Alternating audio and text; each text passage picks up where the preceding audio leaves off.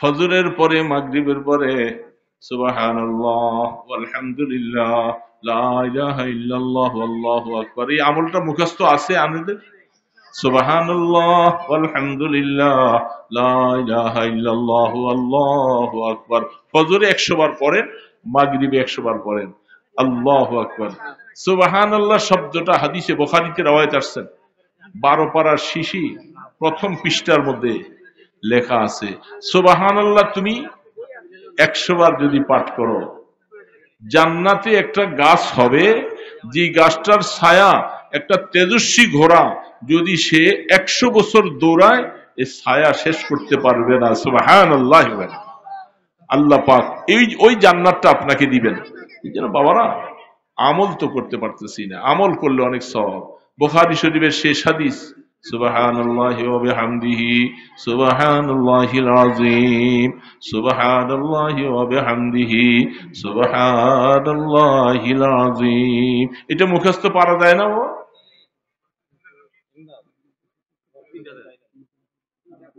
হ্যাঁ, বলবেন, অসুবিধা নেই। আপনাদের খানা আসতেছে না আপনাদের। وَإِذَا حُيِّيتُم بِتَحِيَّةٍ فَأَحْسِنُوا مِنْهَا أَوْ رُدُّوهَا। কোরআন বলতেছে মুসলমানদের জন্য এর থেকে সুন্দর সম্বোধন কারো দোয়ার জন্য এর থেকে বড় দোয়ার হতে পারে না। সুবহানাল্লাহ। কোরআন বলতেছে ওয়াইজা হুইয়িতুম বিতাহিয়্যা। তাহিয়্যা শব্দের অর্থ হচ্ছে সম্বোধন করে তাকে দোয়া করা, তাকে ভালোবাসা। আমাদের নবী आकाए नामदार ताजदर मदीना सरकार दो आलम महबूब खुदा इमामुल अंबिया खातमुन नबीयीन हबीब किबरिया मुहम्मद रसूलुल्लाह সাল্লাল্লাহু, তিনি যখন মেরাজে গিয়েছিলেন, রব্বুল আলামিনের আরশে আজিমের মধ্যে যে তিনি প্রথম শব্দটা কি বলেছিলেন? আত্তাহিয়াতু লিল্লাহ। কি বলছিলেন ভাইরা, মনে করেন তো কি বলছিলেন? আমরা নামাজের 2 রাকাতের পরে বা 3 রাকাত 4 রাকাতের পরে যখন আত্তাহিয়াতু পড়তে বসি, তখন প্রথমেই শুরু হয় কি দিয়া? এই শব্দটাই আল্লাহ রসুল, তিনি 7 আসমান 7 জমিন সব কিছু পার করে আরশ, আরশে আজিমে, লৌহে মাহফুজের কাছে সিদরাতুল মুনতাহা ভেদ করে আল্লাহ পাকের আরশে আজিমে পৌঁছেছেন। পৌঁছার পরেই তো আল্লাহ পাক বলেন, বন্ধু আমার, এত রাস্তা সফর করে আসলেন আমার কাছে, আমার জন্য আপনি কি নিয়ে আসছেন? বন্ধু বন্ধুর কাছে গেলে কিছু নিয়ে যায় না, কি নিয়ে আসছেন? রাহমাতে দো আলম বললেন যে আত্তাহিয়াতু লিল্লাহ, আমার যত ইবাদত শারীরিক, আমার যত দিলের ইবাদত, যত মানসিক, যত ইবাদত, সমস্ত কিছুকে আমি আপনার সামনে পেশ করলাম আত্তাহিয়াতু লিল্লাহ। সম্মানের সবচেয়ে শব্দটা এটা আত্তাহিয়াত, যেটা সম্মানের জায়গার মধ্যে গিয়ে রসুল ব্যক্ত করেছেন। আত্তাহিয়াতু লিল্লাহ ওয়াস সালাওয়াত ওয়াত তাইয়্যিবাত। সালাওয়াত শব্দের অর্থের অনেক অর্থ আছে। আমার তরফ থেকে যত দোয়া, যত ইবাদত, সবকিছু সালাওয়াত বহু বছর, আমি এটা বিশেষ ব্যাখ্যায় যাব না। সালাওয়াত ওয়াত তাইয়্যিবাত, যত পবিত্রতা আছে সব কিছু আপনার দরবারে আপনাকে আমি পেশ করলাম। যখন রসুল আল্লাহ পাকের সামনে 3টা শব্দ ব্যবহার করলেন, আমার আল্লাহ, আল্লাহ পাক বলেন আপনি উম্মতের প্রতিনিধি, রসুল সমস্ত উম্মতের প্রতিনিধি না।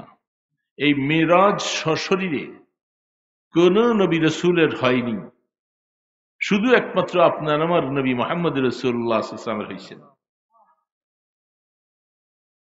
সিদরাতুল মুনতাহা একটা বরুই গাছ। সিদর শব্দ অর্থ হলো বরুই, মুনতাহা মানে শেষ। তার মানে কিসের শেষ? জিবরিল আলাইহিস সালাতু ওয়াস সালামের গন্তব্যের জায়গা শেষ। তিনি আল্লাহ পাকের কাছে যান, কথাবার্তা বলেন, কিন্তু সিদরাতুল মুনতাহা থেকে আল্লাহ পাকের আরশ আরো বহু হাজারো উপরে। এই জন্য জিবরিল আলাইহিস সালাম সমস্ত ফেরেশতারা এর উপরে যাইতে পারে না। সেখানে যাইয়া যখন জিবরিল আলাইহিস সালাম তিনি পিছনে সরে গেলেন, রসুল একা। রসুল বললেন, ভাই জিব্রাইল, আপনি আমাকে একা রেখে কোথায় চলে যাচ্ছেন? আমার আর পাওয়ার নাই সামনে। বাহ, আমার আর পাওয়ার শেষ। সামনেরটুকু আরশের মালিক বুঝবে, আপনি বুঝবেন, আমার আর বুঝার ক্ষমতা নাই। সেখানে আল্লাহ পাক আমাদের নবীজির জন্য রফ পাঠাইলেন, যেটা এত সুন্দর গালিচা বিশিষ্ট, লিফটের মতো এত সুন্দর আরামদায়ক। সেখানে রসুল বসলেন আর কুদরতি ভাবে একটা টান দিলেন আর সে আজিমে পৌঁছে গেল। আর সেখানে গিয়ে রসুল এই তিনটা শব্দ ব্যবহার করেছেন, আত-তাহিয়াতু লিল্লাহ ওয়াস-সালাওয়াত ওয়াত-তাইয়্যিবাত। তিনটা শব্দ আল্লাহর সামনে পেশ করলেন। আল্লাহ পাক রসুলকে তখন দোয়া দিচ্ছেন, রহমত দিতেছেন। আসসালামু আলাইকা আইয়ুহান নাবিয়্যু।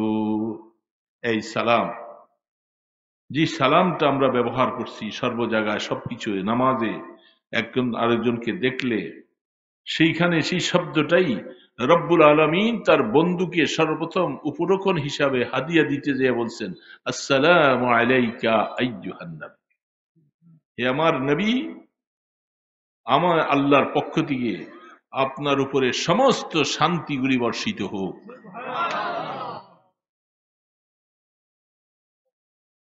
রসুল রসুল কি আল্লাহ পাক যে শান্তির শব্দটা, যে দোয়াটা দিলেন, সেটা সালাম দিয়ে।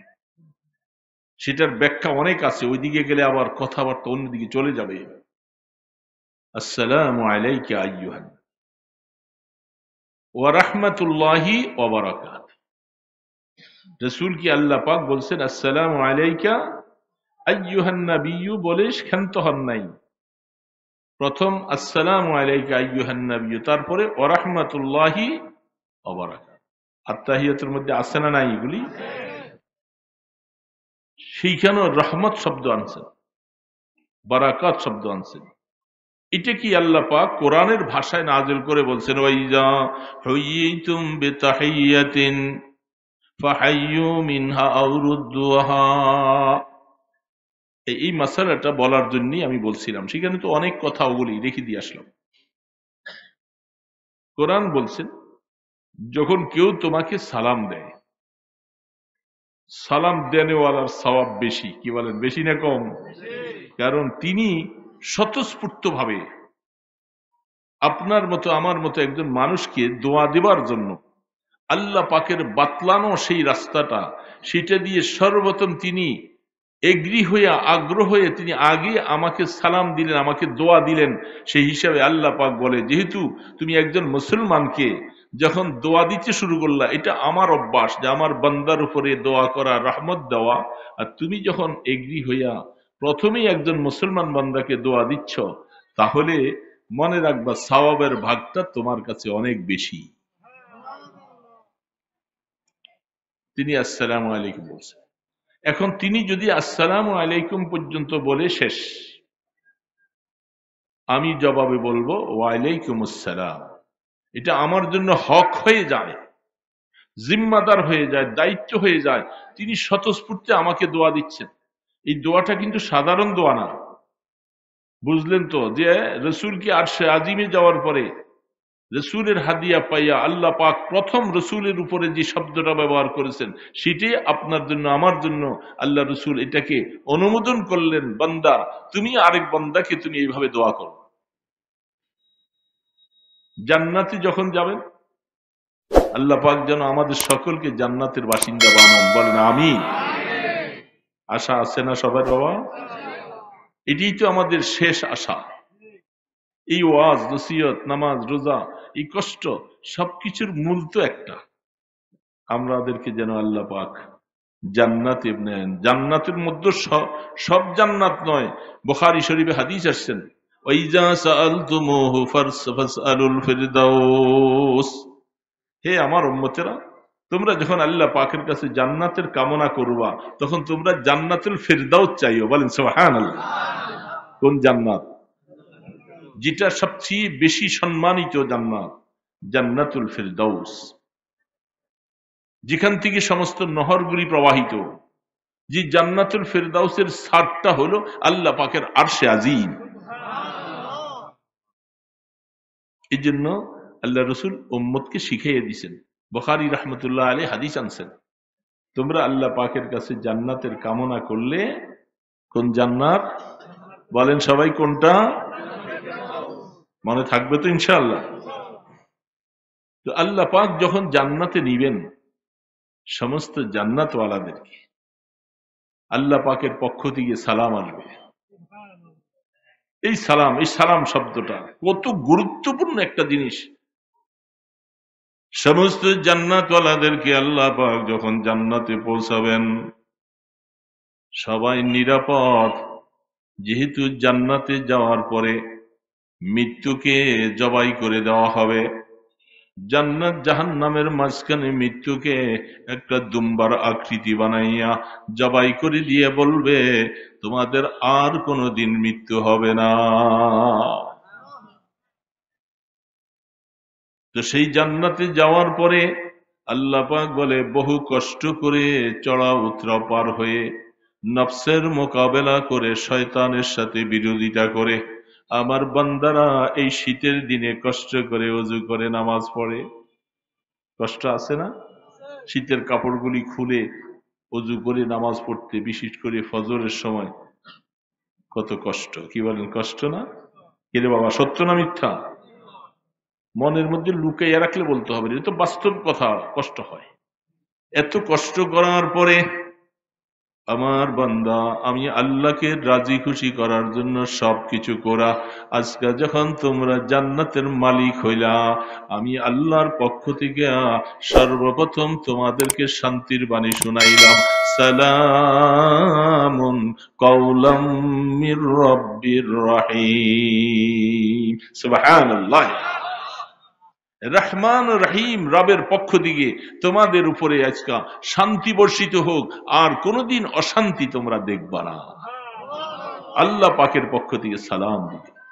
কতই না আনন্দ লাগবে সেদিন বাবা।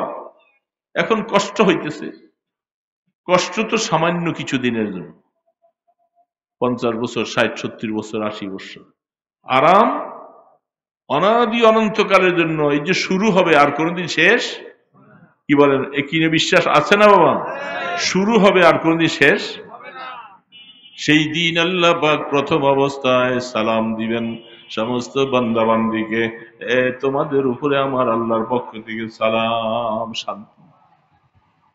পরস্পরে জান্নাতের মধ্যে যখন আল্লাহ আমাদেরকে পৌঁছাবেন, তখনও পরস্পরে দেখা হলে সালাম সালাম শব্দ আসবে। প্রথম দেখা হইলেই সালাম শব্দটা আসবে। এই শব্দটা অনেক জায়গায় আছে। কবরের পাশে দিয়া গেলে তাদের কবরবাসীদেরকে সালাম দেওয়ার কথা আছে, আছে না নাই? আসসালামু আলাইকুম ইয়া আহলাল কুবুর। নামাজের মধ্যে এত গুরুত্বপূর্ণ একটা ইবাদত, যে ইবাদতটা আল্লাহ পাক সেখান থেকে আরশ থেকে ফরজ করেছেন।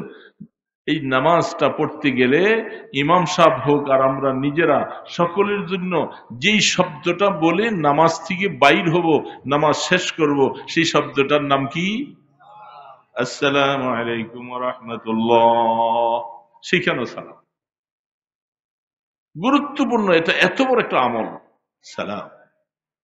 এই জন্য আল্লাহ পাক বলতেছে, বান্দা, যখন কেউ তোমাকে মনে রাখবেন, তোমাকে যখন কেউ শুধু আসসালামু আলাইকুম বলে, তুমি জবাবে কি বলবা? ওয়ালাইকুম আসসালাম।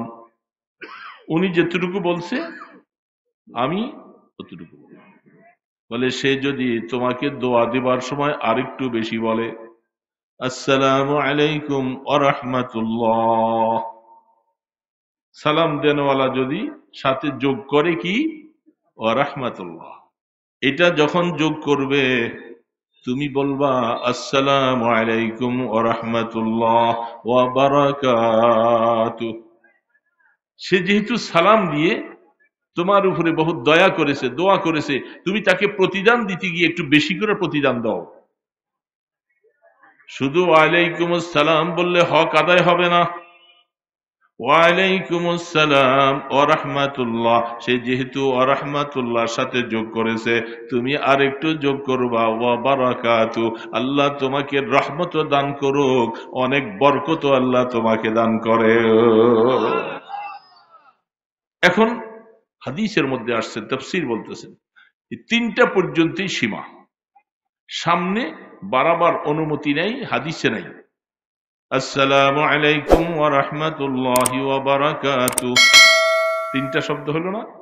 আসসালামু আলাইকুম ওয়া রাহমাতুল্লাহ, মাঝখানে অনেকে মাগফিরাতুহু ওয়া আউনুহু অনেক অনেক শব্দ নিজে সংযোজন করে বলে, শরীয়তে এটা জায়েজ নেই। এই পর্যন্তই সীমা। আল্লাহ সে আপনার জন্য দোয়া করেছেন, আপনার তার জন্য দোয়া করেছেন, এবং অপরান্ত এটি দোয়া হয়ে গেছে, এর থেকে অতিরিক্ত শব্দ বলা যাবে না। তবে সালাম আমরা মনে রাখবো না, যদি কেউ আমাকে আসসালামু আলাইকুম বলে আমি কি বলবো? সালাম। কেউ যদি বলে আসসালামু আলাইকুম ওয়া রাহমাতুল্লাহ ওয়া বারাকাতুহু এই শব্দটা সহ যোগ করে দিবে। এটা বহুত বড় গুরুত্বপূর্ণ সালাম, গুরুত্বপূর্ণ ইবাদত ইমানদারের জন্য। আল্লাহ পাক হাদিসে কোরআনে বলছেন, দুইজনের মধ্যে পরস্পরের মধ্যে কোনো দ্বন্দ্ব, কোনো ঝগড়া, কোনো কাটাকাটি, মারামারি, সেই সময় যদি যেই লোকটার সাথে ঝগড়া আর বিবাদ, সে যদি রাস্তায় দেখে আপনাকে আসসালামু আলাইকুম বলে, আপনার সমস্ত দুঃখ ব্যথাগুলি ভুলে যাওয়া ফরজ। যখন সে সালাম দিয়ে ফেললো, তার সাথে আমার কোনো আর দুশ্মনী নেই, কোনো ঝগড়া নাই সাথে, কারণ সে আমাকে সালাম দিয়ে আমার উপরে দোয়া করলেন, আর আমি তার সাথে এখনো ঝগড়ায় থাকবো, এটা নিষেধ। আমাদের দেশে কিন্তু আছে, এরকম আছে না নাই বাবা? এত গুসা, এত রাগ, সে রাগ হজম করতে পারে না, আমার সালাম দিলে আরেক দিকে চেহারাটা ঘুরে চলে যায়। সেই সময় যখন সে চেহারা ঘুরে চলে যাবে, কত বড় ক্ষতি। এক নম্বর, ওয়াজিব নষ্ট করলো। সালাম দেওয়া সুন্নত, জবাব দেওয়া ওয়াজিব। যদি কেউ সালামের জবাবটা দিল না, আল্লাহ পাকের পক্ষ থেকে তার উপরে নারাজগি আসে, আমার বান্দা তোমাকে সব ভেদাভেদ ভুলে গিয়া সালাম দিয়েছে, তুমি কেন তার সালামের জবাবটা দিলা না? এই জন্য শরীয়তের মাসালা ফতোয়ায়ে স্বামীর মধ্যে আসছে, কেউ যদি কাহাকেও সালাম দেয়, সালামের জবাবটা এতটুক বড় ভাবে বলতে হবে যেন সালাম দেনেওয়ালা শুনতে পায়। আপনি চুপচাপ করে মনে মনে ওয়ালাইকুম সালাম বললে হক আদায় হবে না। কেন? ওই যে আপনি ওয়ালাইকুম সালাম বললে সে বুঝতে পারবে যে না, তা সেও আমার উপরে এখন খুশি হয়ে গেছে, তার রাগটা মুছে গেছে। এই জন্য সালামের জবাব বড় দিব না, আসতে দিব না, বড় করে ওয়ালাইকুম আসসালাম বড় করে শুনাইয়া দিব। মনে রাখবেন না? পারবেন না? আজকের থেকে আমরা মনে রাখবো, যদি এতদিন করে থাকি আলহামদুলিল্লাহ, না করে থাকলে মনে রাখবো ওয়ালাইকুম আসসালাম জোর আওয়াজে বলতে হবে, মনে রাখা লাগবে। এই গুরুত্বপূর্ণ আমলটা এখন আমাদের সমাজে কমে গেছে। কিরে বাবা বলেন তো কমছে নাকি? মুরব্বীকে দেখলে সালাম দেয় না, অথচ রসুল বলেন পুনঃ পুনঃ সালাম দাও। ঘরের এই দরওয়াজা দিয়া ঢুকছ, ঢুকার পরে আবার একটু পরে আবার ঢুকছ, তুমি তাকে যতবার দেখা হয় ততবার সালাম দাও। বিবি বাচ্চাকে ঘরের মধ্যে ঢুকবার সময় সালাম দাও। কি আদব কোরআন শিখাইছে। ঘরের দরজা যাই, এখন তো আমাদের কলিং বেল, কিন্তু আল্লাহ পাক কোরআনে শিখাইছেন তুমি ঘরের মধ্যে ঢুকার আগে ঘরের দরজায় দিয়া সালাম দাও, আসসালামু আলাইকুম। বড় ঘরওয়ালারা বুঝবেন যে কেউ আসছেন, ঘরের দরজা খুলে দিবে। এখন হ্যাঁ, যদি দূরে হয় কলিং বিল দেওয়ার পরেও তারা যখন গেটে আসবে, আমার প্রথম কথাটা কি হবে বলেন দেখি, কি হবে ভাই? মোবাইলে কি এটা হয়? মোবাইলটা হ্যালো, কিরে বাবা, ঠিক না ব্যাঠি? আমরা সুন্নতের খেলাফ করলাম। মোবাইলে কি দরকার ছিল? আসসালামু আলাইকুম, এটা আমাদের দরকার ছিল। শিখি নাই বাবা, শিখা অনেক কিছু আমাদের শিখার এখনো বাকি রয়ে গেছে। এগুলি হলো ইসলাম, এগুলি শিখাইছে, এগুলি সমাজ থেকে উঠে যাচ্ছে। ঘরের দরজায় যেয়া ঘরওয়ালাকে সালাম দিন, অনুমতিবিহীন কারো ঘরে আগে ঢুকা যাবে না। একজন সাহাবী, আল্লাহু আকবার, হযরত আবুল খাইসাম রাদিয়াল্লাহু তাআলা, একদিন আল্লাহর পয়গম্বর মসজিদে নববীর মধ্যে আছেন। রসুল ঢুকার আগে দেখে আবু বকর ওই মসজিদে বসা। আল্লাহর হাবিব বের হইয়া দেখে আবু বকর মসজিদে নববীতে বসা। রসুল সালাম দিয়া জিজ্ঞাসা করলো, আবু বকর, নামাজের ওয়াক্ত এখনো অনেক বাকি, এত আগে মসজিদে কেন আসছেন? আবু বকর সিদ্দিক বলতেছে, ওগো আল্লাহ রসুল, ঘরের মধ্যে খাবার নাই, কোনো ইন্তজাম নাই, খুব কষ্ট লাগে, পেরেশানিতে আছি। মনে মনে চিন্তা করলাম, ঘরে বসে থাকলে তো লাভ হবে না, মসজিদে নববীতে যায় বসে থাকি, মসজিদে বসে থাকলো সওয়াব, আর আল্লাহ রসুলের সাথে যদি একটু দেখা হয়ে যায়, রসুলকে দেখলে আমার ক্ষুধাটা নিবারণ হয়ে যাবে।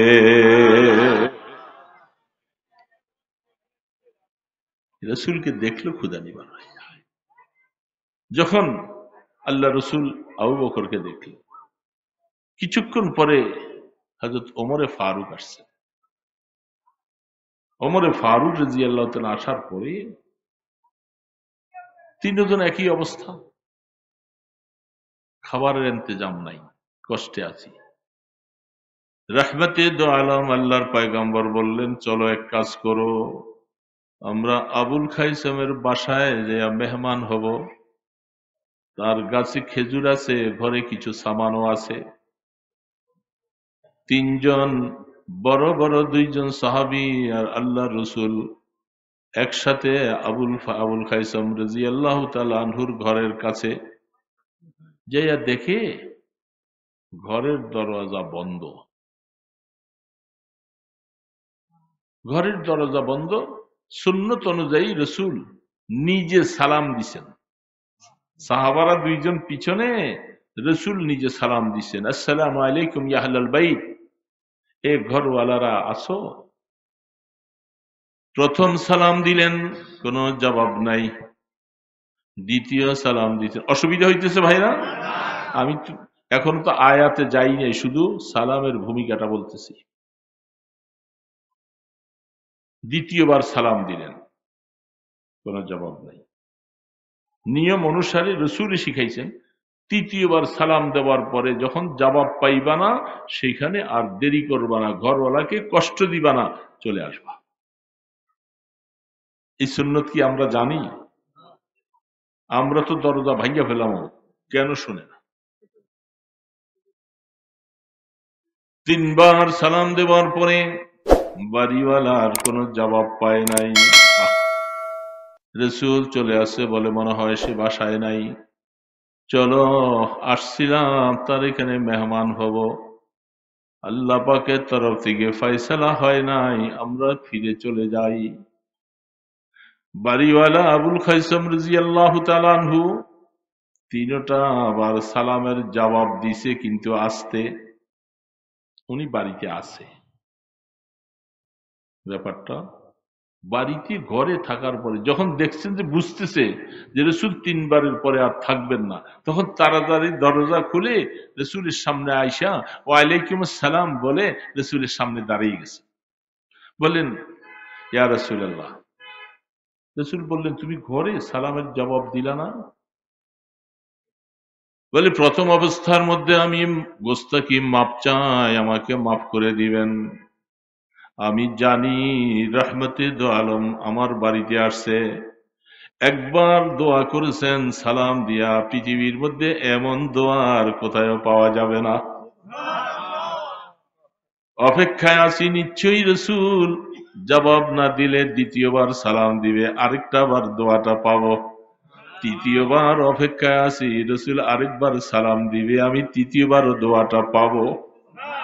তখন যখন বুঝে ফেললাম রহমতে দো আলম এবার চলে যাবেন, তখন দরজা বাইর করে আসছি, আমি আপনার দোয়ার খুব আশেক, এই জীবনে এমন মেহমান আরেকবার পাবো কিনা জানি না, এই জন্য আমি সালামের মাধ্যমে দোয়াটা পাওয়ার জন্য অপেক্ষায় ছিলাম। আল্লাহ রসুল মুস্কি হাসি দিলেন, হাসি দিয়া বলতেছে, হ্যাঁ তুমি তো বড় বুদ্ধিমান মানুষ, নবীজির দোয়া নেওয়ার জন্য কি সুন্দর বুদ্ধিটা তুমি নিছো। রসুল হাসি দিলেন, তার উপরে রাগ হলেন না, বাড়িতে ঢুকলেন। ঢুকার পরে তাড়াতাড়ি মেহমান বসাইয়া, একটা বকরিয়া ছিল ছোট, বকরিটা জবাই করে ফেলছে।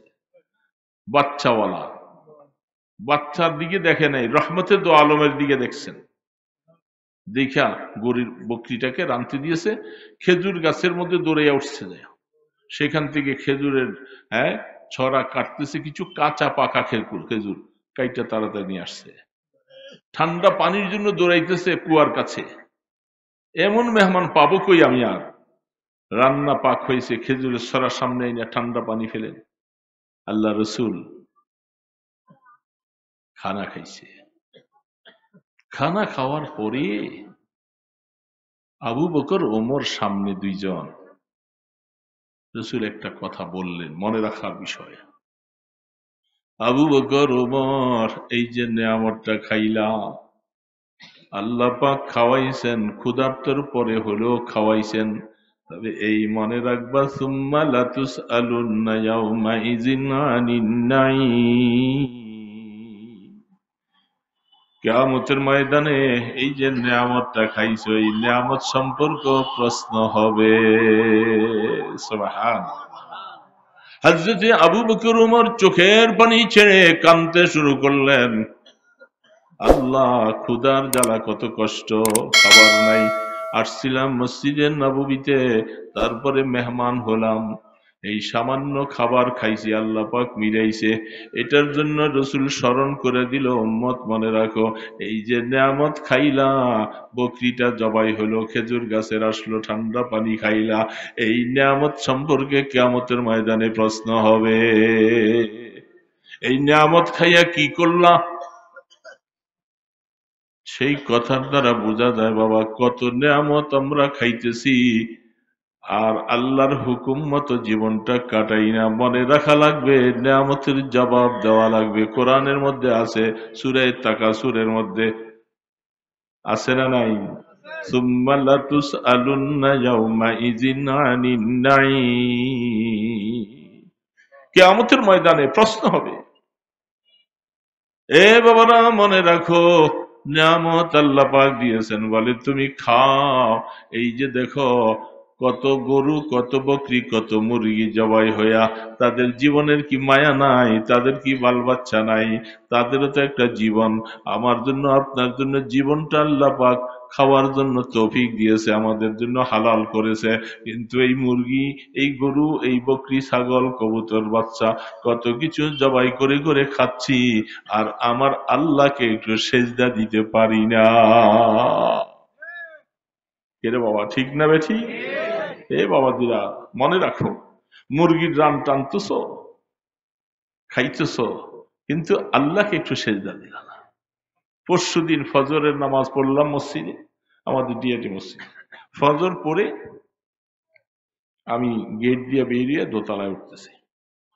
একজন মানুষ দুইটা পানির ছিল্লা পুরাইয়া, জগ পুরাইয়া পানিগুলি গেট দিয়ে নিয়ে বাইরে হইতেছে।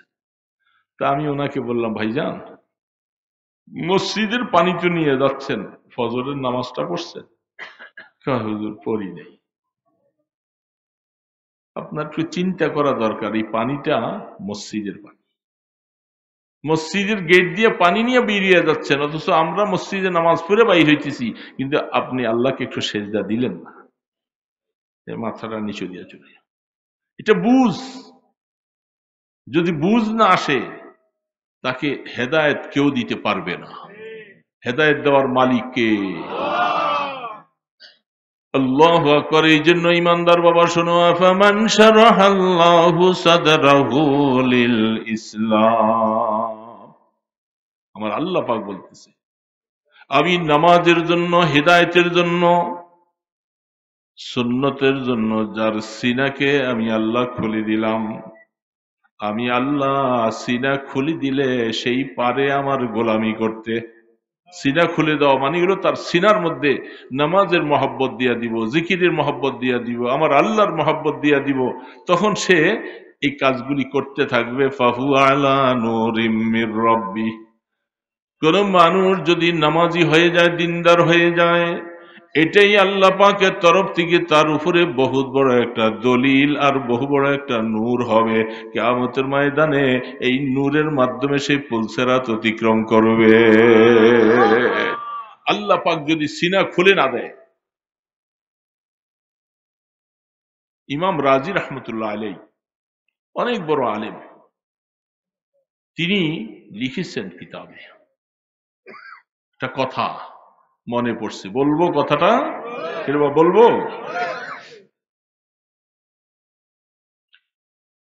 হযরত জুনায়েদে বাগদাদী রহমতুল্লাহ আলাইহি নাম শুনছেন কি শোনেন নাই? না শুনলে এখন তো শুনছেন। জুনায়েদে বাগদাদী আউলিয়া বোর্ডের চেয়ারম্যান, আল্লাহর বহু বড় বন্ধু ছিল, কত বড় আল্লাহর কুতুব ছিল জুনায়েদে বাগদাদী রহমতুল্লাহ। লিখেছেন ইমাম গজালি রহমতুল্লাহ আলাইহি, তিনি বিকাল বেলা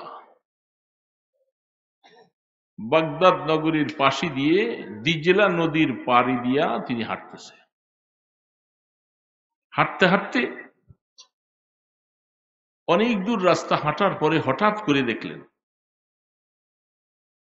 যে উপরে মরুভূমির দিকের থেকে একটা বিরাট বড়, এটারে বিচ্ছু বলা হয়। বিচ্ছু চিনেন? নাম শুনছেন? এই বিচ্ছু অনেক বড় বিচ্ছু। বিচ্ছু ধ্বংসন করলে কঠিন অবস্থা, বিষ নামানো যায় না। আমাদের দেশে ছোট ছোট পাওয়া যায়, কবরের মধ্যে, বেনামাজির কবরে এরকম বিচ্ছু হবে, সাপ হবে, আগুন হবে, কঠিন মাসালা। বাবা কবরে যাওয়া লাগবে তো? এই যুবক বাবাজিরা শুনো, কবরে যাওয়া লাগবে না? কবর একটা বস্তু আছে তো, এটা তো অস্বীকার করার কোনো জো নাই। আমাদের বাপ দাদা, পূর্বপুরুষ, আপনার প্রতিবেশী, কত মানুষের সাথে জীবনে চললাম, এখন কবরে অনেকে। এই লোকগুলি এই সমাজেই ছিল, এই বাজারে হাট বাজার করেছে, কিন্তু যখন সবকিছুই আছে, একটা নাই। কি নাই? কি নাই? রুহটা না থাকার কারণে এখন সে আর জনসমুদ্রে চলার মতো শক্তি নেই। এই চাবিকাঠি সবকিছু একটা রুহ। রুহটা যখন চলে গেল, তারে আর কেউ দেশে, ঘরে, বাজারে হাঁটবে। এই যে আমরা এখানে যারা আছি, হিসাব করেন তো, আগামী 100 বছরের ভিতরে এখানে যারা আমরা আছি একজনও থাকবো না, ঠিক না? এই সমাজ খালি, আমাদের পিছনে অন্যরা আসবে। ইমাম গজালি রহমতুল্লাহ আলী তিনি লিখছেন, জুনায়েদে বাগদাদী রহমতুল্লাহ আলাই তিনি হাঁটতে হাঁটতে নদীর পাড় দিয়ে আসার পরে হঠাৎ করে দেখতেছে একটা বড় বিচ্ছু মরুভূমি বালু দিয়া দ্রুত গতিতে আসতেছে। তো বিচ্ছুটা আসতেছে, ভালো কথা, মরুভূমির মধ্যে বিচ্ছু থাকতেই পারে। হঠাৎ করে নজর করে দেখে নদীর পাড়ে একটা বড় কচ্ছপ। কচ্ছপ ছিলেন? কি বলে আপনাদের দেশে? কাসিম বলে, কোন দেশে কচ্ছপ আছে, কিতাবপত্রের ভাষা।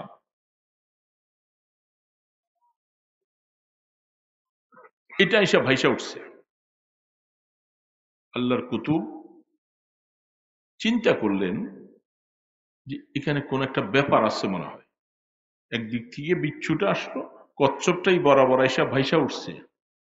কোনো একটা ব্যাপার আল্লাহওয়ালারা অনেক কিছু দেখলে তারা বুঝার চেষ্টা করে। বিচ্ছুটা এসে ফাল দিয়া কচ্ছপটার পিঠের মধ্যে দিয়ে বসছে, কচ্ছপের পিছনে বসছে। কচ্ছপ বিচ্ছুটাকে নিয়ে শো শো করে নদীর ওই পারে চলে গেছে। আল্লাহর ওলি, আল্লাহর কুতুব জুনায়েদে বাগদাদি আল্লাহ পাকের কুদরত দেখার জন্য তিনিও একটা নৌকা নিলেন, বলে এই নৌকাওয়ালা তাড়াতাড়ি উঠো, ওই পারে যাব। আল্লাহ পাকের কোন কুদরত চলতেছে, যাব চলো। নৌকাওয়ালা নৌকাটা বেয়ে বেয়ে যখন ওই পারে দেয়া পৌঁছেছে, বিচ্ছুটা ফাল দিয়া উপরে উঠছে, কচ্ছপ সেখানে অপেক্ষমান। বিচ্ছু উপরে উঠা শো শো করে বালুর উপর দিয়া যাইতেছে। জুনায়েদে বাগদাদি তিনিও সেই পারে উঠা দূর থেকে দেখে বিচ্ছুর সাথে দৌড়াইয়া পারে না। দূরের থেকে নজর করে দেখে একটা সাপ, বিষাক্ত সাপ শো শো করে ওই দিকে যায়। চিন্তা করলেন এটা আবার কি? বিচ্ছু দৌড়ে গিয়ে বিষাক্ত সাপটার গলার মধ্যে কামড় দিয়া, দুইটা তিনটা কামড় দিয়া সাপটাকে মাইরা ফেললো। আল্লাহর কুতুব জুনায়েদে বাগদাদি রহমতুল্লাহ আলাই নজর করে দেখে বেশি দূরে নয়, একটু দূরে একটা যুবক শুয়ে আছে। যুবকটার হাত পা নড়াচড়া করে না, বেহুশের মতো পড়ে আছে। তখন আল্লাহর কুতুব বুঝতে পারছে ব্যাপারটা তো এইখানে। সাপ দ্রুত গতিতে আসতেছে, ওই যুবকটাকে ধ্বংসন করে মারবে। এইখানে আশপাশে কেউ নাই, বাড়ি নাই, ঘর দরজা নাই, মরুভূমি। এই সাপটা তাকে মারতে যখন দৌড়াইয়া যাইতেছিল, আমার আল্লাহ তো সব খবর রাখে। নাই, কেউ নাই, আল্লাহ পাক আরশের মালিক, তিনি বলে আমি তো আছি। আমার এই গোলামটার উপরে বিচ্ছু এখন ধ্বংসন করবে, এই সাপটায় ধ্বংসন করবে, এই জন্য ওই পারের থেকে আমি বিচ্ছুটা আনাইয়া কাসিমকে এটার নৌকার মতো বানাইয়া ওই পারে নিয়ে বিচ্ছুটাকে আপনার সাপটাকে ধ্বংসন করলাম। তিনি বলতেছে এই যে ঘটনাটা ঘটলো, এই যুবকটাকে একটু না দেখাইলে তো সে বিশ্বাস করবে না। যে দেখে যুবকটা বেহুশের মতো মদ খাইয়া, মদের বোতল তার পাশে, গালি বাইয়া গয়া গুলা মদগুলি বলতেছে, সেই বেহুশ।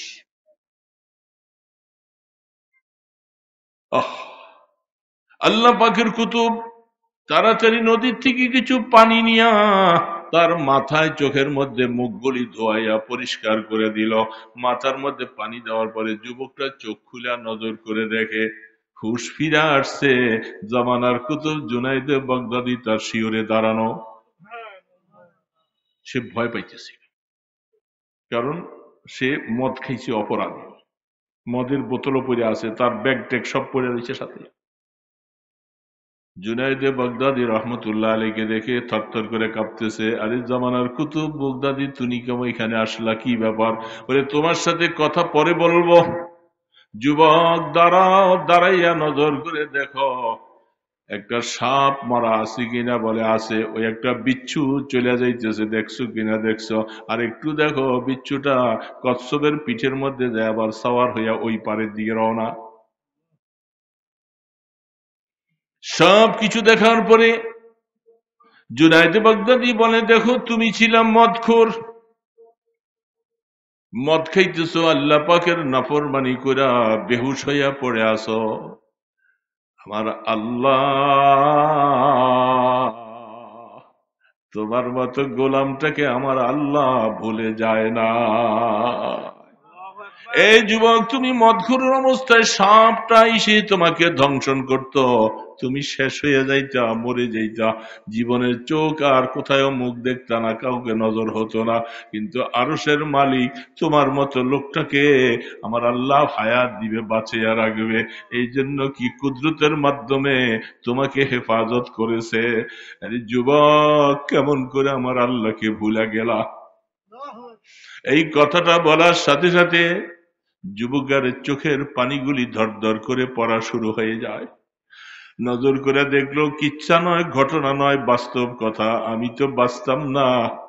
সাথে সাথে জুনাইদ বাগদাদির পায়ের মধ্যে দৌড়াইয়া বলে, ওগো আল্লাহর কুতুব, আল্লাহর ওলি, আমাকে তওবা করাও, আমি আর জীবনে আর ভুল করব না, আমি আর মদ খাবো না, আমি আমার মাওলাকে সেজদা ছাড়া আর বাঁচবো না, তুমি আমার জন্য দোয়া করে দাও, আমাকে একটু সাথে নিয়ে চলো।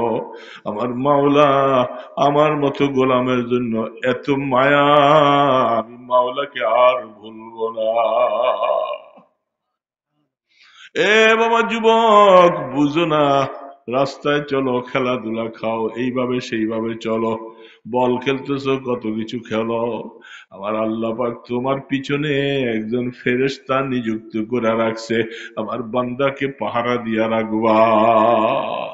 রাস্তায় ঘাটে জিন ভূতের আড্ডাখানা মানুষের থেকে বেশি আড্ডাখানা জিন ভূতের। কোরআন বলতেছে ইয়াহফাজুনাহুম মিন আমরিল্লাহ, তারা তোমাদেরকে থাপড়াইয়া মেরে ফেলতো। জিনের ক্ষমতা পাওয়ার এত বেশি মানুষের থেকে, আরো হাজারো কোটি গুণে বেশি তারা। তোমরা রাস্তায় চলতে পারতা না, ঘরে শুইতে পারতা না, তোমাদেরকে থাপড়াইয়া তারা মেরে ফেলতো, কিন্তু পারে না, আমি একজন ফেরেশতা দিয়া তোমাদেরকে পাহারা দিয়া রাখি।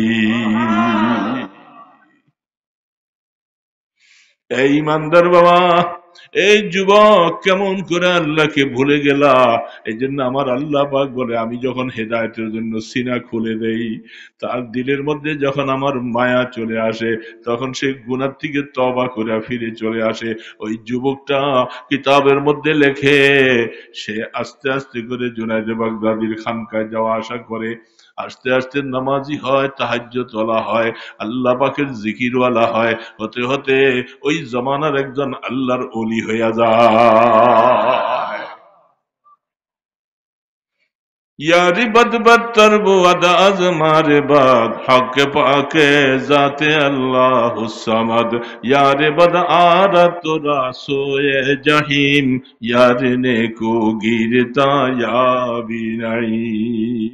এই জন্য বলে, বন্ধু বানাইবা তো একজন ভালো মানুষের সাথে বন্ধুত্ব করো, একটা ভালো মানুষকে মহব্বত বানাও, মহব্বতের সাথে রাখো, দেখবা সে তোমাকে আস্তে আস্তে জান্নাতের রাস্তা দেখাবে, আল্লাহ পাকের মহব্বতের রাস্তা দেখাবে।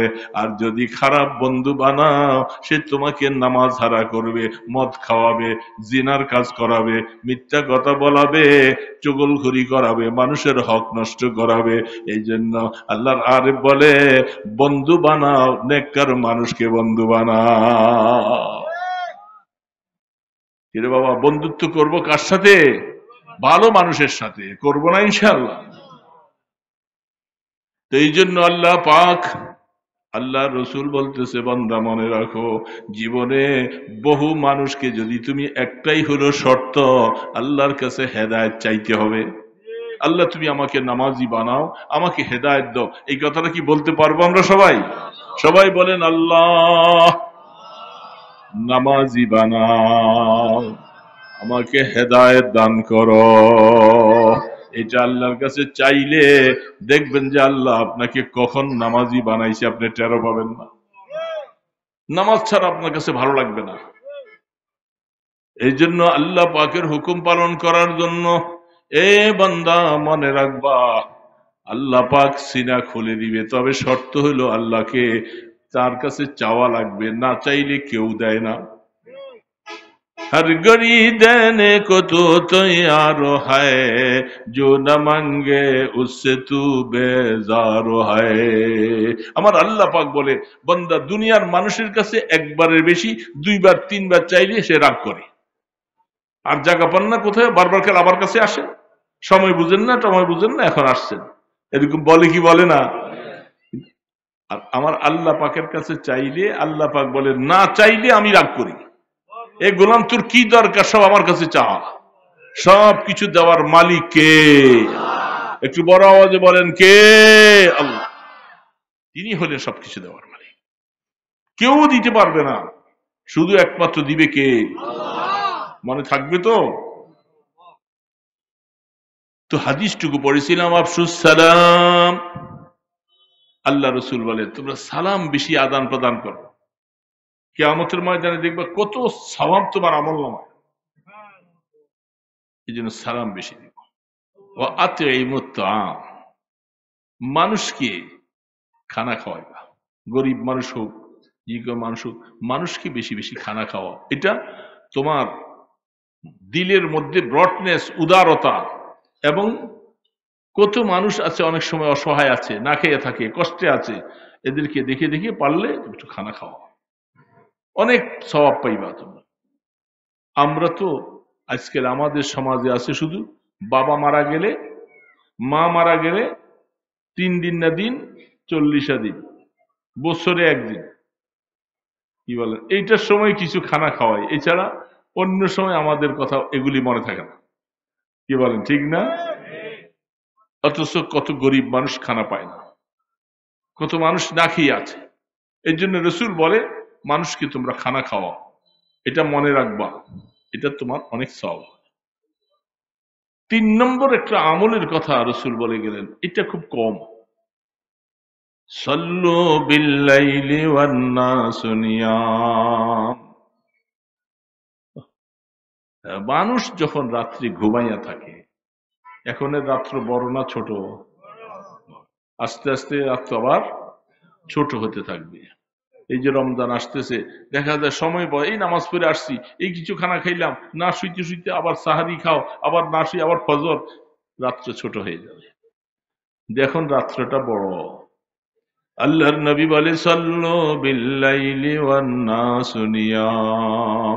এই জমিনের মধ্যে বহু মানুষেরা রাত্রে নাক ডাইকা ঘুম দেয়, আবার কিছু মানুষ আছে রাত্রে শীতের মধ্যে শেষ ভাগে তারা উইঠা উইঠা ওযু করে নামাজ পড়ে আর আল্লাহর কাছে রোনাজারি করে। এরকম মানুষ আছে না নাই সমাজে? আছে, তবে কম। কে বাবা, কম না বেশি? আল্লাহ রসুল বলছেন তোমরা রাত্রি উঠে একটু, তোমার কি দরকার? ছেলে বিদেশ যাবে, ব্যবসায় অসুবিধা, চাকরি পাও না, আল্লাহ রসুল বলেন সবকিছুর সমাধান হয়ে যাবে তুমি শেষ রাত্রে উঠে 2-4 রাকাত তাহাজ্জুদের নামাজ পড়ে আল্লাহর কাছে কাঁদতে থাকো। তোমার সবকিছুর সমাধান আল্লাহ পাক করবে। এটা বিশ্বাস করে যদি তুমি করতে পারো, দেখবা তোমার আর কোনো সমস্যা থাকবে। রাত্রে উঠতে পারি? বুড়া বুড়া বাবাজিরা পারবো? চেষ্টা করলে পারবো না? একটু চেষ্টা করো।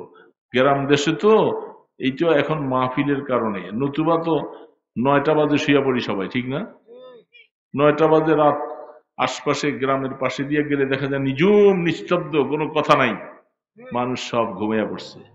9টা বাজে, 7:30টা বাজে এসা, 8:30, 9টার মধ্যে আর থাকে না কেউ।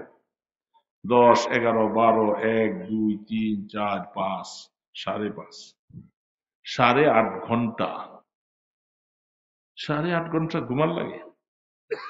কিরে বাবা, এত ঘুমার লাগে না।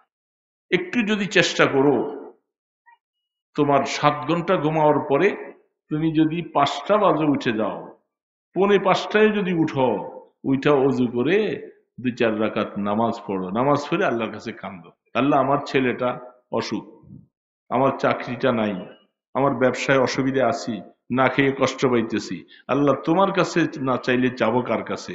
তুমি এইভাবে চাও। আল্লাহ পাক বলে বান্দা তুই যা চাইবি আমি তোকে দিয়ে দিব সব। বিশ্বাস হয়, কিন্তু তা তো করতে পারি না, করতে পারি না। চেষ্টা করবো না বুড়া বাবাজিরা? জুয়ানরা তো ওরা পারে না, এরা তো রাত্রি ঘুমে এসে দেরি করে, বাহিরে বন্ধু বান্ধবের সাথে আড্ডা মারিয়ে ঘুরতে ঘুরতে বাসায় বাবা চিন্তা করে, মা চিন্তা করে, কই গেল কই গেল, আইসা ডাক দেয়, বেচারি ঘুমের থেকে উঠা ডাক দেয়। এরকম যুবক আসো না নাই বাবা? এই যে মাকে এত রাত্রি কষ্ট করে ঘুমের থেকে ডাইকা উঠাইলা, মার কষ্ট হয়েছে না? তোমার মতো সন্তানকে পেটে নিতে এত কষ্ট, আবার এখনো এসে এত কষ্ট দিতেছ না। মা বাবাকে কষ্ট দিও না। এই জন্য বলতেছিলাম আল্লাহ রসুল বলে সাল্লু বিল্লাইলি ওয়ান নাসু নিয়াম তাদখুলুল জান্নাতা বিসালাম। রসুল বলেন এই কাজগুলি করো, দেখবা তুমি নিরাপদে আল্লাহর জান্নাতে পৌঁছে যাবে। এই জন্য আমরা চেষ্টা করলে, বিশেষ করে বুড়া মুরব্বীদের একটু চেষ্টা করলে ভালো হয়। আমরা চেষ্টা করব না ইনশাআল্লাহ? নিরিবিলি চেষ্টা করবো আল্লাহ পাকের কাছে। আল্লাহ সুবহানাহু ওয়া তাআলা, বাবা এই নামাজ, অনেক যুবক বাবাজিরা নামাজ পড়ে না। কিন্তু বাবা তোমরা কি একটু নামাজি হইবা? পড়বা না নামাজ? যুবকরা হাত তোলো দেখি একটু। আল্লাহ তুমি হাতগুলার দিকে একটু তাকাইয়া দেখো। আল্লাহ আমাদের সবাইকে তুমি নামাজি বানাইয়া দাও, নামাজি বানাইয়া দাও। আল্লাহ আমাদেরকে জান্নাতুল ফিরদাউসের মালিক বানাও। হাত নামাও। এই যুব সমাজ বাবা, তোমরা যদি নামাজ না পড়ো, এই বুড়াগুলি মরে গেলে তো মসজিদ খালি হয়ে থাকবে। তোমরা মসজিদে যাইবা না, বুড়ারাও তো মরে গেল, তো মসজিদ কি খালি হয়ে থাকবে না? বাবা ঠিক না? ঠিক বলেন। এই জন্য তোমরা যদি তার পিছে পিছে যাওয়ার অভ্যাস করো, আল্লাহর ঘরটা নিরাপদ, অনাবাদী থাকবে না, এটার মধ্যে নামাজ কায়েম হবে। দুনিয়ার মধ্যে মসজিদ যারা আবাদ করবে, আল্লাহ পাক তাদেরকে ভুলবে না। এই জন্য বাবা কথা লম্বা করব না। শীতের রাত, আমাদের দিল আল্লাহর জন্য মায়া লাগতে হবে। নামাজের থেকে বড় ইবাদত আর নাই। সবচেয়ে বড় ইবাদত কি? অন্যান্য ইবাদত জমিনে ফরজ হয়েছে, আর নামাজ আসমানে ফরজ হয়েছে। কোথায় দেখছেন? মুসা আলাইহিস সালাতু ওয়াস সালামকে আল্লাহ পাক পিছনে লাগিয়ে রাখছে। কি আশ্চর্য! বুখারী শরীফের মধ্যে লম্বা হাদিস আসছেন, প্রায় ১.৫ পৃষ্ঠা। আল্লাহ রসুল মেরাজে গেলেন, আসবার সময় আল্লাহ পাক হাদিয়া দিছেন এই রসুলকে, উম্মতকে। কি দিছিলেন? কয় ওয়াক্ত দিছেন? বলেন না কয় ওয়াক্ত? আল্লাহ সব জানেন, তারপরেও 50 ওয়াক্ত নামাজ দিছে। মুসা আলাইহিস সালাম কি পিছনে লাগিয়ে রাখছে। আল্লাহ পাক আপনাকে কি হাদিয়া দিছে? 50। রসুল তো খুশিতে নিয়ে আসতেছে। মুসা ইসলাম বলতেছে, আমি তো আমার উম্মতকে দেখি 2 ওয়াক্ত নামাজে পড়াইতে পারি না, আপনার উম্মত 50 ওয়াক্ত পড়বে। ওরা কাজকর্ম করবে কখন? সারাদিন তো নামাজই পড়বে, সেটা তো পড়বে না কেউই। কি করব? আপনি আল্লাহর কাছে আবার যান। আল্লাহ পাকের কাছে গেছে, 5 ওয়াক্ত কমাইছে। এইভাবে করতে করতে 9 বার গেছে। কয়বার? 5 নং। মুসা ইসলাম বলে যে এখন 5 ওয়াক্ত রয়েছে, এটাও পারবে না, আপনি আবার যান। রসুল বলেন, আমার আর যাইতে শরম লাগে, কারণ প্রত্যেকবারই গেছি আরে 5 কমাইছে, তো এবার যদি আবার 5 কমাই দেয় তত কিছু থাকলেই না। এই জন্য আমি আর যাব। এই যে শরম করতেছে, আমি আল্লাহর কাছে আর যাই। সবকিছু কিন্তু আমার আল্লাহ দেখতেছে। এই যে মুসা ইসলাম বারবার বারবার রসুলকে পাঠাইতেছে, এটা আমার আল্লাহ জানেন কি জানেন না? যখন 50 ওয়াক্ত ফরজ করছিল, তখনও তো আমার আল্লাহ জান যে রাস্তায় মুসা ইসলাম বলবে আর আমার বন্ধু বারবার আসবে। আল্লাহ পাক বলে, বান্দা মনে রাখো, আমার বন্ধুকে আমি পাঠাই দিয়া, বন্ধুর সাথে আমার কথা বলা স্বাদ মিঠে না।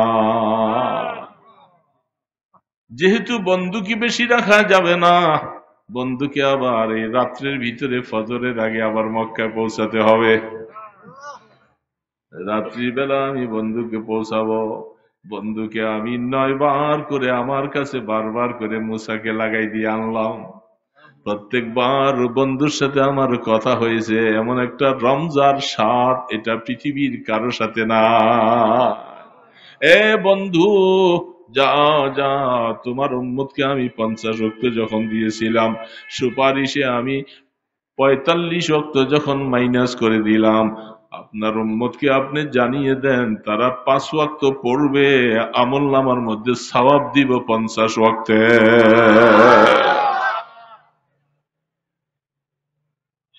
বাবা, যারা নামাজ আমরা পড়ি না, আমরা তো মাহরুম হয়ে যেতেছি বাবা।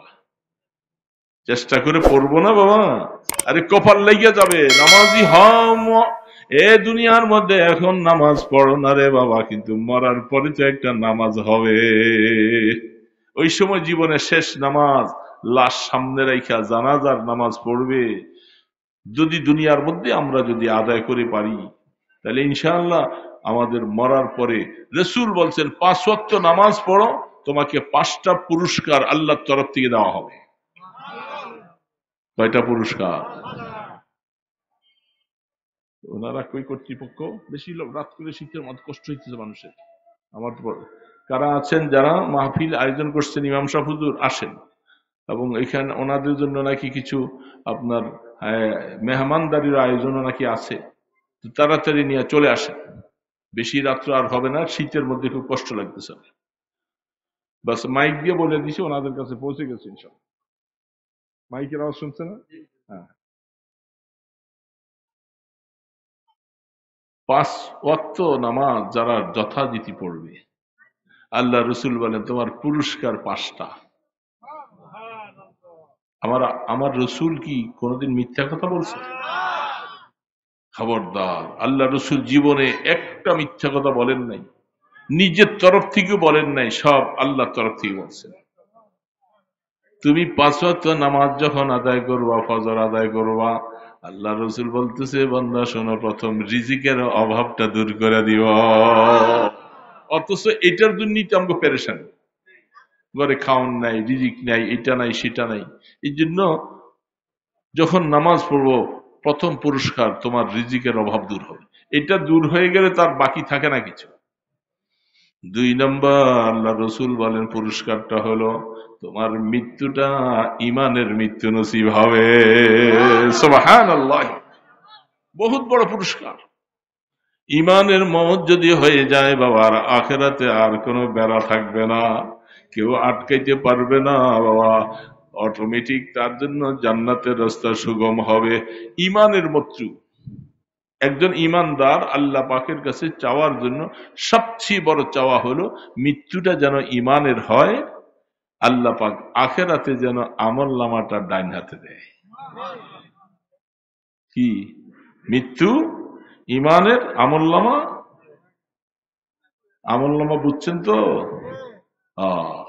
সবার বেলায় আলেম ফাজেল মুহাদ্দিস মুফতি ইমাম সাহেব মুক্তাদি পীর মাশায়েখ কেউ বাদ নাই, হিসাবের আওতায় যাবে। আর তকদির ভালো, আমলনামা ডান হাতে, তকদির খারাপ, আমলনামা বাম হাতে। কঠিন অবস্থা বাবা। এখন তো আরামে বসে আছি, একটু শীতের মধ্যে বসে আছি, কিন্তু মৃত্যু হয়ে গেলে এখন কি কাপড় চোপড় কিছু দিয়া, তোষক দিয়া পাঠাবে? 3টা কাপড়, ওই সময় শীত হয়ে যাবে। मौत को तुम समझो गाफिल, इख्तिताम जिंदगी है शाम जिंदगी ओ सुबह दाम जिंदगी।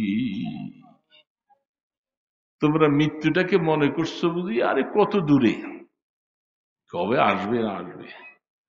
মৃত্যু হয়ে গেল বলে মাত্র তোমাদের এই সকাল শুরু হলো, সন্ধ্যা হইতে অনেক দেরি। বলে না, তুমি আখেরাতের মাত্র ঘাটির মধ্যে পাওটা দিলা, এই যে শুরু হবে সেইখানে তোমার একটা দিন হবে দুনিয়ার মধ্যে 1000 দিনের সমান। 1000 বৎসরে একদিন। কাআলফা সানাতিন মিম্মা তাউদ্দুন। আল্লাহ পাকের কোরআন আরেক আয়াতে বলছে 50,000। তাদবিক দিয়া বলছেন 2টা বেশি বোঝানো হচ্ছে। যদি 1000 বৎসর যদি হয় একদিন, দুনিয়ার 1000 বৎসর আখেরাতে কত লম্বা?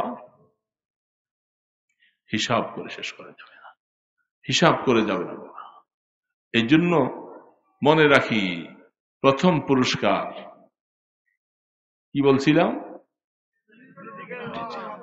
2 নম্বর মৃত্যুটা ইমানের মৃত্যু হবে। 3 নম্বর কবরের আযাব মাফ হয়ে যাবে। 4 নম্বরে আমলনামাটা ডান হাতে আসবে। 5 নম্বর বিনা হিসাবে জান্নাতের ঘোষণা হবে। ভাইরা, এই পুরস্কারগুলি আল্লাহ রসুল বলছেন উম্মত 5 ওয়াক্ত নামাজ পড়ো, তোমাকে এই পুরস্কার দেওয়া হবে। আফসুস যারা নামাজ পিছনে পড়ি নাই, আগামীকাল থেকে তওবা করে আল্লাহ ভুল করেছি নামাজ শুরু করে দেই। পারবো না? পারবো না বাবা। কাকে খুশি করার জন্য তুমি নামাজ ছাড়ছো? নামাজ ছাড়ছো কাকে খুশি করার জন্য? বিবিকে, বাচ্চাকে, বন্ধুকে? আল্লাহর মতো বন্ধু আর কেউ নাই।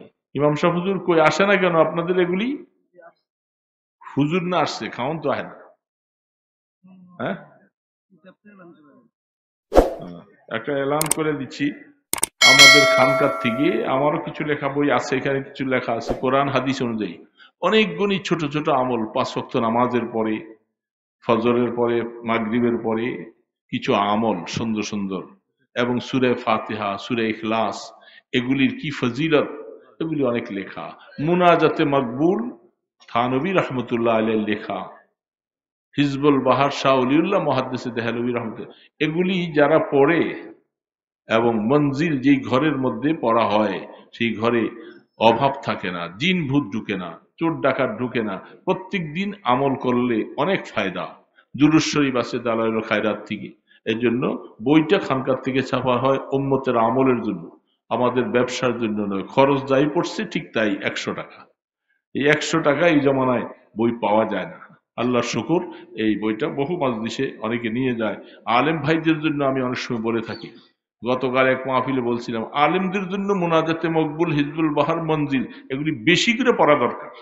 ওনারা যত পড়বে অতদিন ওনার আমল উন্নত হবে, ওনার জিন্দিগি সুন্দর হবে, আল্লাহ ওনার জিন্দিগি নুরানি করে দিবে। এই জন্য আমরা অনেক আলেম ভাইয়েরা সময় থাকতেও পড়ি না। অনেক সময় আছে কিন্তু সর্ব মিলিয়ে, সব মিলিয়ে 15 থেকে 20 মিনিট সময় লাগে, আমল করে না। এই জন্য আমলগুলি যারা করবে অনেক ফায়দা হবে। সূরা ফাতিহা পড়লে, সূরা ইখলাস, চা খাইতেছেন, আপনার চা খাইতে খাইতে চাটা ঠান্ডা হইতেছে, 10 বার সূরা ইখলাস পড়েন, জান্নাতে আপনার জন্য একটা বিল্ডিং তৈরি হবে। একটা বিল্ডিং বানাইতে বেশি কিছু লাগবে না, চা ঠান্ডা হইতেছে, বাস আপনি একটু অপেক্ষায় থাকেন, দেখবেন যে ইনশাআল্লাহ আপনার জান্নাতে তৈরি হবে। রাসূল হাদিসে বলছে সূরা ফাতিহার দ্বারা কি আমল করলে কতগুলি ফায়দা হয়, এগুলি মনে রাখবেন। কিতাব তো কম আনছো, মনে হয় 50-60টা আছে, বেশি নেই। যাই হোক, তো ভাইয়েরা, হুজুর কই, ইমাম সাহেব হুজুর কই? হুজুর গেছেন, হুজুর কই? 5টা বের হয়ে গেছে, আপনাকে বললে। ও আচ্ছা, একটু তাড়াতাড়ি নিয়ে আসলে, কারণ মানুষ দেখছি উঠে দিতেছে ফাঁকে ফাঁকে। তো ভাইয়েরা, আমল সে জিন্দিগি বানতি হয়। ভাই সবসময় মনে রাখবো, আমলের থেকে ব্যতিক্রম কোনো জিনিস নাই। আপনি বসে বসে, জান্নাত জাহান্নামের মাঝখানে একটা জায়গা আছে, ওটার নাম আরাফ।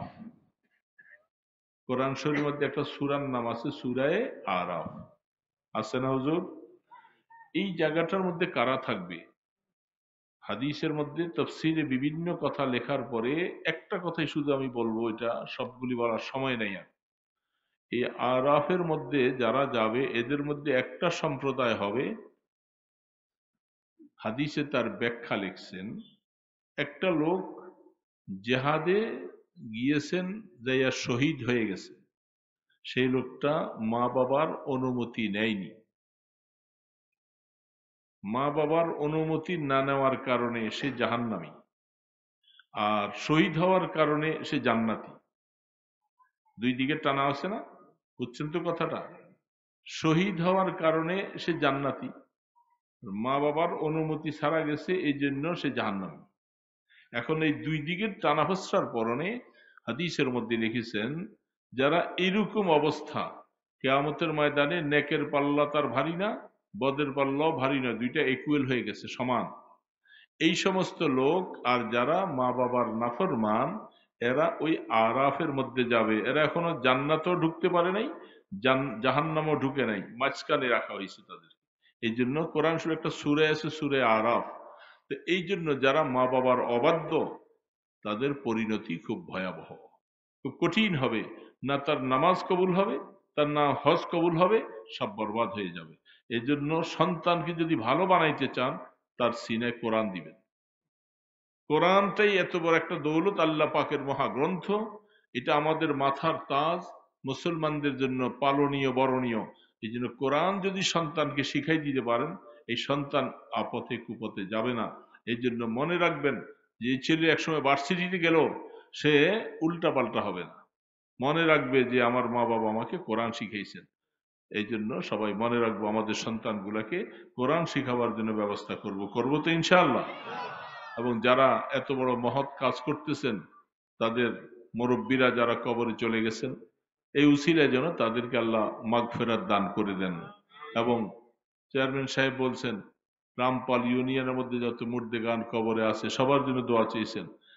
এমন চেয়ারম্যান তো আমি খুব কমই দেখছি যে উনি দোয়া চাইব, আরো কত কিছু আছে। উনি ওনার রামপাল ইউনিয়ন যারা কবরে চলে গেছে তাদের জন্য দোয়া চেয়েছেন। এটা অনেক বড় ব্যাপার। আমরা এক তো হলো মুসলমান যারা বেঁচে আছি, যারা মুসলমান কবরে চলে গেছে সবার জন্যই দোয়া করা চাই। জিন্দাওয়ালারা মুর্দাদের জন্য দোয়া করবে, তাহলে আপনি মরে গেলেও আপনার জন্য আবার দোয়া করা হবে। প্রত্যেকে মুর্দাদের কথা স্মরণ করে সূরা ফাতিহা একবার, কুল হুয়াল্লাহ 3 বার পড়েন।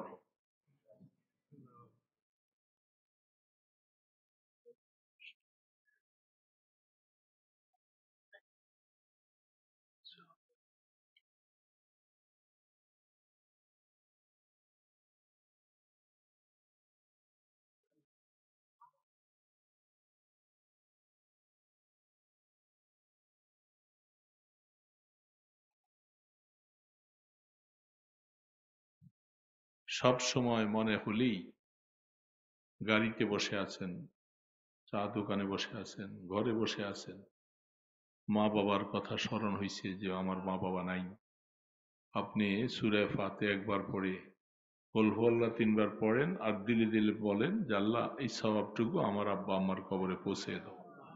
সাথে সাথে আল্লাহ রসুল বলছেন একটা সেকেন্ড দেরি হবে না, এই সওয়াব আপনার মা বাবার কবরে পৌঁছে যাবে। এই জন্য মা বাবা যারা কবরে আছে তাদেরকে ভুলে যাওয়া এটা অপুত্রের লক্ষণ। এই জন্য প্রত্যেক সন্তান আমাদের মা বাবার জন্য মনে রাখবেন, জিন্দা মুর্দা সবার জন্য দোয়া করবেন।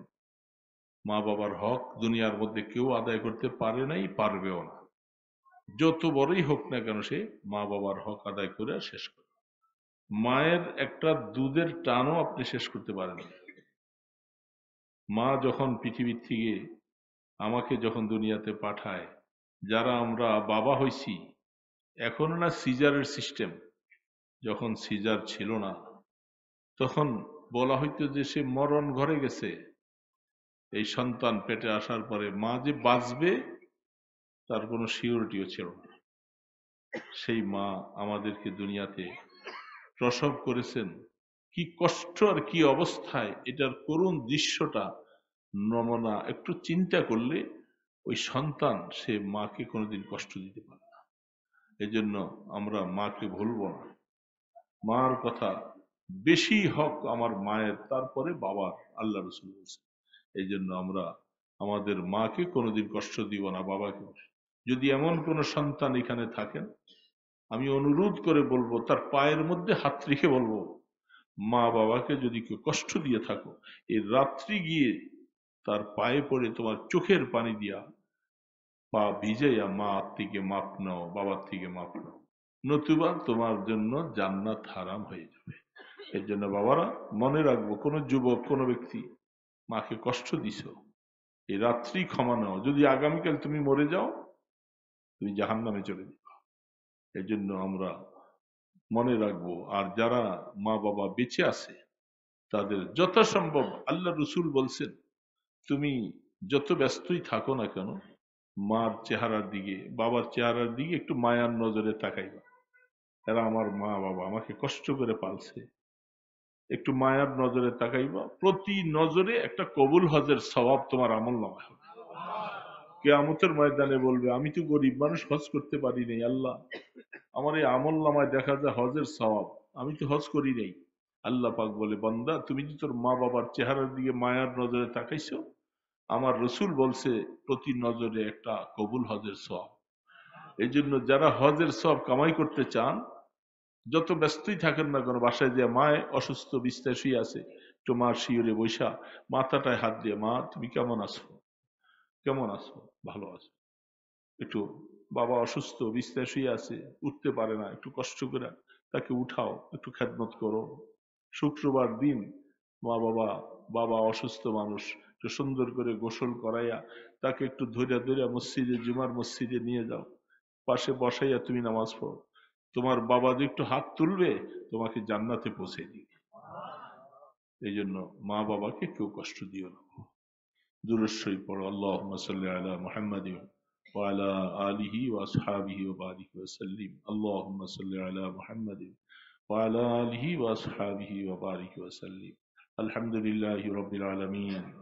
আলহামদুলিল্লাহি রাব্বিল আলামিন।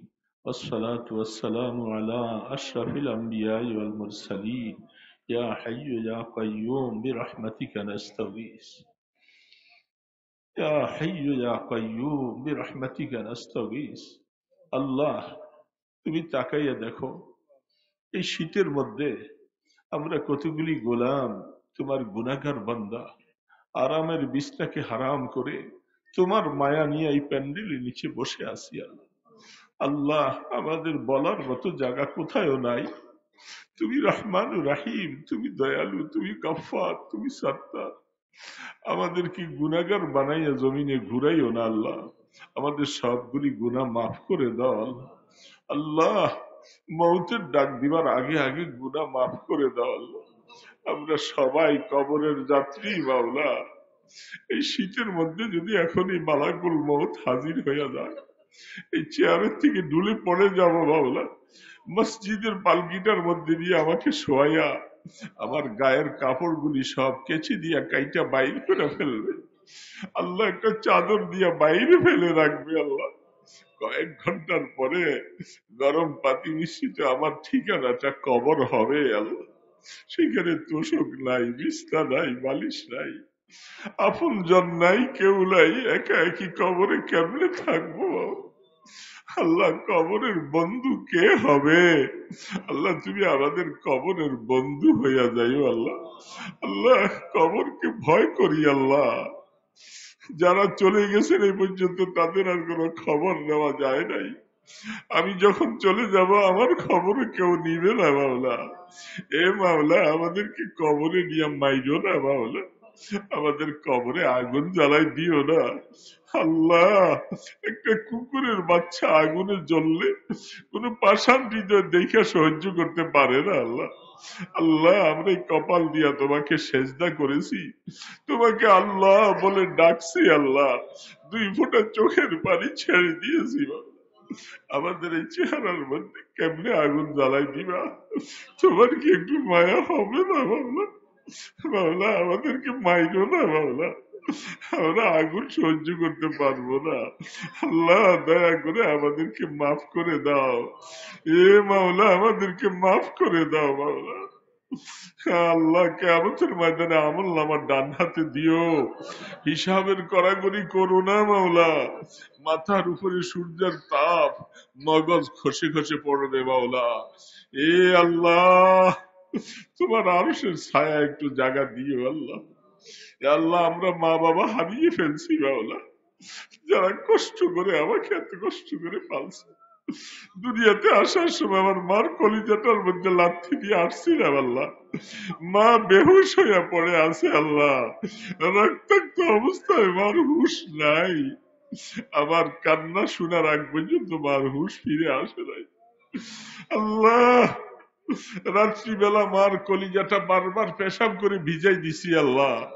শীতের রাত্র আল্লাহ, মা ভিজা পর্যন্ত থাইকা আমাকে শুকনা কাপড় দিয়া পেছাইয়া বুকে রাইখে তারপর আবার চুমা দিয়েছে আল্লাহ। হে মাওলা, আমার মাকে কষ্ট দিও না বাবা, মাকে মাফ করে দাও।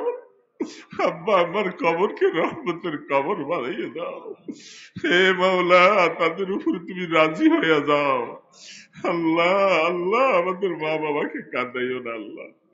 আল্লাহ, আমাদের মা বাবা যারা বেঁচে আছে তাদের গুনাহ মাফ করে দাও। মা বাবার খাদেম বানাইয়া দাও, আমরা যেন তার খেদমত করতে পারি তৌফিক দাও। তুমি বলছো মা বাবার পায়ের নিচে তোমার জান্নাত। আল্লাহ, মা বাবাকে রাজি করে চলার তৌফিক দাও। কোন যুবক যেন মা বাবাকে কষ্ট না দেয় আল্লাহ। ইয়া আল্লাহ, তাদেরকে সহ একসাথে জান্নাতে থাকার তৌফিক দিও। আমাদের ছেলে মেয়েগুলাকে মাফ করে দাও। আমাদের বিবি বাচ্চা অনেকে অসুস্থ আছে, সবাইকে শিফা দান করে দাও। আমাদের বাচ্চাগুলাকে তুমি নেককার বানাইয়া দাও। দুনিয়ার খারাপি থেকে তাদেরকে হেফাজত করো আল্লাহ। আল্লাহ, আল্লাহ, যুব সমাজকে রহমতের হাতে ধরে লাও আল্লাহ। তাদের দিলটা তোমার দিকে ফিরাইয়ে দাও আল্লাহ তাদের দিল মসজিদের দিকে ফিরাইয়া দাও, মদিনার নবী রওজার দিকে ফিরাইয়া দাও। আল্লাহ যুব সমাজকে নামাজি বানাও, আল্লাহ মুত্তাকি বানাইয়ে দাও। আল্লাহ ছেলে সন্তান গুলাকে আলেম হাফিজ বানাইয়ে দাও। আল্লাহ এই মাদ্রাসাকে তুমি কবুল করো, আল্লাহ এই মাদ্রাসা কবুল করো। আল্লাহ মুসলমানদের ঘর কবুল করো। আল্লাহ যারা এই জায়গা দিয়েছে মাদ্রাসার জন্য, তাদের আত্মীয় স্বজন যারা কবরে আছে সবাইকে মাগফিরাত দান করো। আল্লাহ আল্লাহ যারা বেঁচে আছে এদেরকে হেদায়েত দিয়ে দাও, এদের হায়াত দারাজ করে দাও। আল্লাহ মাদ্রাসার যত দরকার আছে সমস্ত প্রয়োজনগুলি তুমি মিটাইয়া দাও। আল্লাহ যাদের পরিশ্রমে এই মাদ্রাসা তৈরি হইতেছে তাদেরকে তুমি নেক হায়াত দান করো। এই মাদ্রাসায় আত্রাফের মুসলমানদের নাজাতের উসিলা করে দিও। আল্লাহ চেয়ারম্যান সাহেব রামবার বাসীর জন্য দোয়া চেয়েছে। আল্লাহ এখানে যত মুর্দেগান শুয়ে আছে আল্লাহ সবাইকে মাগফিরাত দান করে দাও। আল্লাহ সবার কবরে আযাবকে মাফ করে দাও। মুসলমানের সন্তান একজনকে তুমি জাহান্নামে নিও না মাওলা। আল্লাহ তোমার নবীর উম্মতকে হেদায়েত দিয়েই দাও। আল্লাহ আল্লাহ হেদায়েত দিয়ে দাও। আল্লাহ ইয়া আল্লাহ এই মজমাকে পুরাপুরি কবুল করো। এর মধ্যে যাকে ভালো লাগে তার উসিলায় সবার দোয়া কবুল করো। সোনার মদিনায় কুটি কুটি দুরুদ ও সালামের হাদিয়া পৌঁছাইয়া দাও। আপনার হাবিবের কদম মোবারকের উসিলায়, আপনার ইসমে আজমের উসিলায় আমাদের দোয়াগুলি কবুল ফরমাও। সাল্লাল্লাহু তাআলা আলা খায়রি খালকিহি মুহাম্মাদি ওয়া আলা আলিহি ওয়া আসহাবিহি আজমাইন বিরহমাতিকা ইয়া আরহামার রাহিমিন। যাদের কিতাব নেওয়ার আরো কয়েকটা কিতাব আছে